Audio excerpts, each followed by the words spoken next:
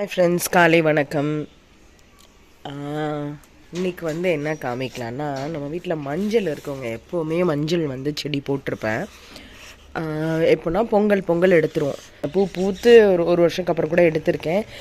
இருக்குது ரொம்ப பெரிய சைஸ் செடியாக மாறிடுச்சு இந்த தடவை. 20 லிட்டர் வாட்டர் கேனில் தான் வச்சுருக்கேன். பாருங்கள் எவ்வளோ தடியாக இருக்குது. கிழங்கு எப்படி இருக்கும்லாம் தெரியாது. எப்படியும் நம்ம பொங்கலுக்கு இதை எடுத்துடலாம். இந்த இடம் கொஞ்சம் மெஸ்ஸியாக தான் இருக்குது, நான் க்ளீன் பண்ணணும்.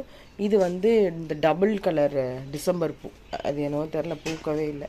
அப்புறம் ரெட் டிசம்பர், எனி டைம் பூ இருந்துகிட்டே இருக்கும். இது உங்களுக்கு கண்டினியூஸாக சொல்லும்போது நான் கூட நம்பலை, பட் நிறைய பூ இருந்துகிட்ருக்கு. எனி டைம் பூ இருந்துகிட்டே இருக்கும். இங்கே பாருங்கள், இது நிறைய கிளையாக ஃபார்ம் ஆகிருக்கு. இது கொஞ்சம் க்ளீன் பண்ணால் தான் நமக்கும் உள்ளே எத்தனை செடி இருக்குது அப்படின்னு தெரியும். நிறைய பேர் கூட கேட்டாங்க, எனக்கு ரெட் டிசம்பர் வேணும் அப்படின்னு சொல்லிட்டு. அப்போ இந்த டிசம்பர் இருக்கிறனால எல்லாம் விதையெல்லாம் கொட்டி முளைச்சிருந்ததுங்களா. ஸோ எதுன்னு எனக்கு தெரியல. இப்போ தான் பூ நிறைய எடுத்துகிட்ருக்குது.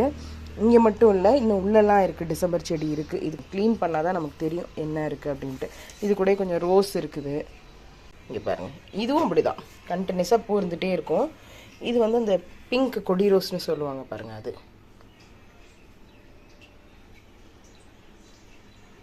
இதெல்லாம் அப்பப்போ பூத்த உடனே ட்ரிம் பண்ணி விட்டுணும். இது கொடி மாதிரி ஏற்றலாம், சூப்பராக இருக்கும். நல்ல இது கொடி டைப் தான். ஸோ அந்த ரெட் டிசம்பர் கூட செடிக்கு தான் கொஞ்சம் விதை விழுந்ததெல்லாம் எடுத்து வச்சு, ரொம்ப மெலீஸாக இருக்குங்க. பட் இப்போ நம்ம வேரோடு எடுத்தால் கூட அனுப்ப முடியாது. ஸோ அதனால தான் இருக்குது, அப்படியே இருக்குது. நல்ல மெச்சூர்ட் ஆன பிறகு தான் நம்ம யாருக்கும் கொடுக்கவோ இல்லை சேல் பண்ணவோ முடியும். ஸோ அப்படியே வச்சுருக்கேன். இதெல்லாம் கொஞ்சம் ட்ரிம் பண்ண பிறகு தான் வெளியில் எடுக்க முடியும். ஓகே ஃப்ரெண்ட்ஸ், பாய்.